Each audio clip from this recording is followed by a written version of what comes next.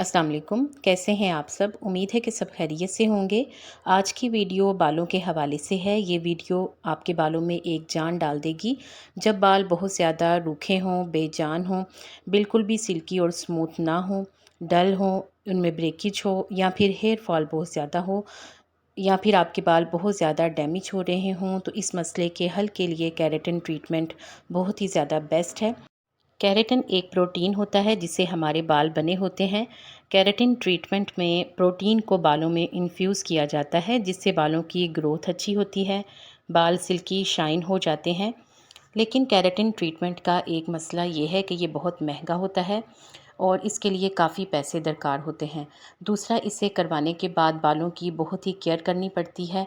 इसके लिए जो आपको शैम्पू सजेस्ट किया जाता है वही आपने इस्तेमाल करना होता है। इस ट्रीटमेंट को करवाने के बाद आपको सल्फ़ेट फ्री शैम्पू इस्तेमाल करना पड़ेगा। इसके अलावा और भी बहुत सी एहतियातें हैं जो कि आपको इस ट्रीटमेंट को करवाने के बाद करना पड़ेंगी। लेकिन आज मैं आपको इस ट्रीटमेंट का तरीका घर पर ही करना बताऊंगी। आप ये ट्रीटमेंट घर पर ही बहुत कम पैसों में कर सकते हैं और इसके अलावा जो हम चीज़ें इस ट्रीटमेंट के लिए इस्तेमाल करेंगी वो सब की सब नेचुरल होंगी। उनका कोई भी साइड इफ़ेक्ट नहीं होगा। अब हम इस रेमेडी को तैयार करने के लिए जो चीज़ें हमें दरकार होंगी वो देख लेते हैं। सबसे पहले है उबले हुए चावल। चावलों में भारी मिकदार में अमाइनो एसिड और प्रोटीन मौजूद होता है। चावल बालों की जड़ों को मजबूत बनाते हैं। इसके अलावा जिनको स्कैल्प का मसला हो, यानी जिनकी स्कैल्प ड्राई हो, तो ये स्कैल्प को भी नोरिश करता है। इसके बाद दूसरा इंग्रेडिएंट है कोकोनट मिल्क। कोकोनट मिल्क के बालों के लिए फ़ायदों को शुमार करना बहुत ही मुश्किल है, लेकिन फिर भी यहाँ पर हम चंद इसके फ़ायदे देख लेते हैं। ये बालों को बढ़ाता है, खुश्क बालों को मॉइस्चराइज़ करता है, बालों को नमी देता है। इसके अलावा ये बालों को स्ट्रेट भी करता है और इसके साथ साथ ये बालों की रिपेयर करता है, यानी जो बाल बहुत ही डैमेज हो चुके हैं उन बालों की ये मुरम्मत करता है।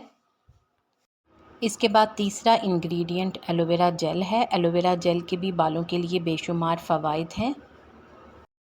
एलोवेरा जेल का इस्तेमाल स्कैल्प के लिए बहुत ही फ़ायदेमंद है। इसके साथ साथ ये बालों को सिल्की और शाइन और नरम व मुलायम भी करता है। इसके बाद चौथा और आखिरी इंग्रेडिएंट कोई सा भी ऑयल है। आप इसमें बादाम का तेल भी डाल सकते हैं, जैतून का तेल भी इस्तेमाल कर सकते हैं। इसके अलावा आप इसमें अगर कोकोनट ऑयल का इस्तेमाल करेंगे तो वो बहुत ही बेहतरीन है। अब इस ट्रीटमेंट को तैयार करने के लिए चीज़ों की जो जो मिकदार चाहिए वो मैंने यहाँ पे लिख दी है।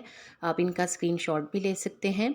उबले हुए चावल आधा कप चाहिए या फिर आप अपने बालों की लंबाई के हिसाब से ज़्यादा भी ले सकते हैं। कोकोनट मिल्क 6 चम्मच चाहिए, एलोवेरा जेल 2 चम्मच और ऑयल भी आपको 2 चम्मच ही चाहिए। आप चाहे इसमें 2 चम्मच जैतून का तेल डाल दें, बादाम का तेल डाल दें या फिर कोकोनट ऑयल या नारियल का तेल इस्तेमाल कर लें। अब इसको बनाने का तरीका क्या है? सबसे पहले आपने चावलों को उबाल लेना है। चावलों में उबालते हुए ना तो नमक डालेंगे, ना ही हम इसमें तेल डालेंगे। चावलों को उबालने के बाद उसमें हल्का सा पानी रहने दें ताकि चावल अच्छी तरह से ग्राइंड हो जाएँ। फिर इसमें कोकोनट मिल्क डालकर चावलों को दोबारा से ग्राइंड कर लें और इसके बाद आपने उसमें एलोवेरा जेल डालना है और कोई सा भी ऑयल डालकर अच्छी तरह से मिक्स कर लेना है। इतना मिक्स करना है कि बिल्कुल एक स्मूथ सा पेस्ट बन जाए। लेकिन ये थोड़ा-सा ये ना तो ज़्यादा रनी होना चाहिए और ना ही ज़्यादा थिक होना चाहिए, यानी इतना होना चाहिए कि ये आपके बालों पर लग सके।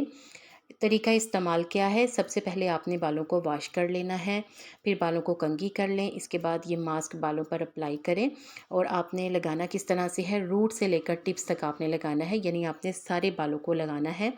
और लगाने के बाद आपने इसको 1 से डेढ़ घंटा या फिर आप इसको 2 घंटे के लिए भी छोड़ सकते हैं।